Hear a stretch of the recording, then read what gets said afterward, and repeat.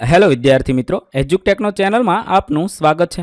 આજે આપણે શીખીશું ધોરણ 6 વિષય સંસ્કૃતની સ્વાધ્યાયન પોથીનો પાઠ 7 સુભાષિતાની પાઠ 7ના સ્વાધ્યાયન પોથીના તમામ પ્રશ્નોના જવાબની અહીં આપણે સમજ મેળવીશું। આ વિડીયોનો હેતુ વિદ્યાર્થીઓ માત્ર સરળતાથી સમજીને લખી શકે તે માટેનો છે, તેથી વિદ્યાર્થી મિત્રો દરેક પ્રશ્નોના જવાબ વિડીયોમાંથી જોઈને લખવાને બદલે તમારા વિચારો મુજબ જવાબ લખવા પણ જરૂરી છે। તો ચાલો શીખીએ પાઠ 7 સુભાષિતાની।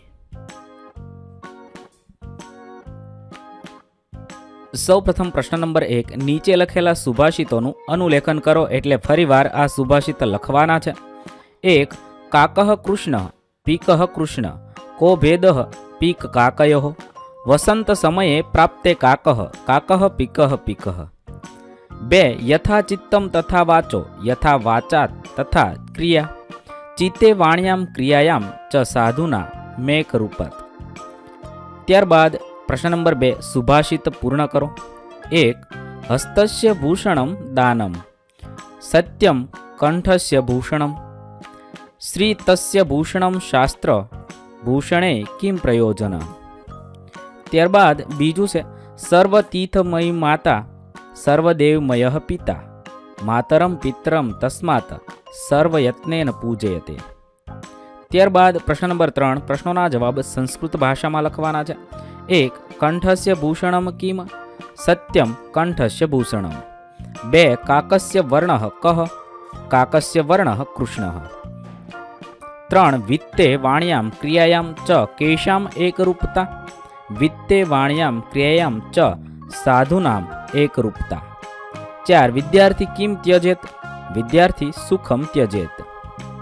પ્રશ્ન નંબર 4, ઉદાહરણ અનુરૂપમ શબ્દાની રચયતુ ઉદાહરણ મુજબ શબ્દ બનાવવાના છે। હસ્તઃ તો હસ્તસ્ય કંઠઃ કંઠસ્ય શ્રોત્રઃ શ્રોત્રસ્ય મુખઃ મુખસ્ય પાદઃ પાદસ્ય। ત્યારબાદ પ્રશ્ન નંબર 5, યોગ્ય જોડકા જોડો। અની સાથે બને જોડવાનો છે।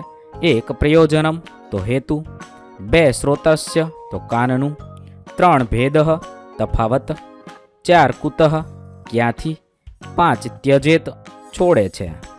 ત્યારબાદ પ્રશ્ન નંબર 6, તમારા શિક્ષક બોલે તે પ્રમાણે વાક્યોનું શ્રુતલેખન કરવાનું છે। અહમ વિદ્યાલયમ ગચ્છામિ મમ વિદ્યાલય એકાદશ વાદને આરંભતે। વિદ્યાર્થી મિત્રો, અહીંયા તમારે આપેલા વાક્ય જ લખવા જરૂરી નથી। તમારા શિક્ષક જે વાક્ય બોલે તે તમે બીજા કોઈ પણ વાક્ય પણ લખી શકો છો। માલાહ પુસ્તકમ પઠતી ગીતાહ ગીતમ ગાયતી જીયાન મોદકમ ખાદતી રમેશઃ કંદુકમ ક્ષિપતિ મયુરઃ શીઘ્રમ ધાવતી આશા નૃત્યમ કરોતી ગોવિંદ લેખનમ કરોતી। આ રીતે તમે વાક્ય લખી શકો છો।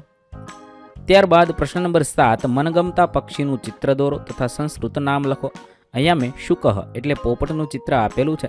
તમે તમને મનગમતા બીજા કોઈ પણ પક્ષીનું ચિત્ર દોરી શકો છો અને તેનું નામ સંસ્કૃતમાં લખવાનું છે। અહીં આપણા પાઠ 7ના પ્રશ્નોના જવાબ પૂર્ણ થશે। વિદ્યાર્થી મિત્રો, ધોરણ 6ના સંસ્કૃત વિષયની સ્વાધ્યાયન પોથીના તમામ પાઠના પ્રશ્નોના જવાબના વિડીયો આપણી ચેનલ પર ઉપલબ્ધ છે, જે તમે ધોરણ 6 સંસ્કૃત સ્વાધ્યાયન પોથી નામના પ્લેલિસ્ટમાંથી મેળવી શકો છો। પ્લેલિસ્ટની લિંક વિડીયોના ડિસ્ક્રિપ્શનમાં આપેલી છે। થેન્ક યુ દોસ્તો।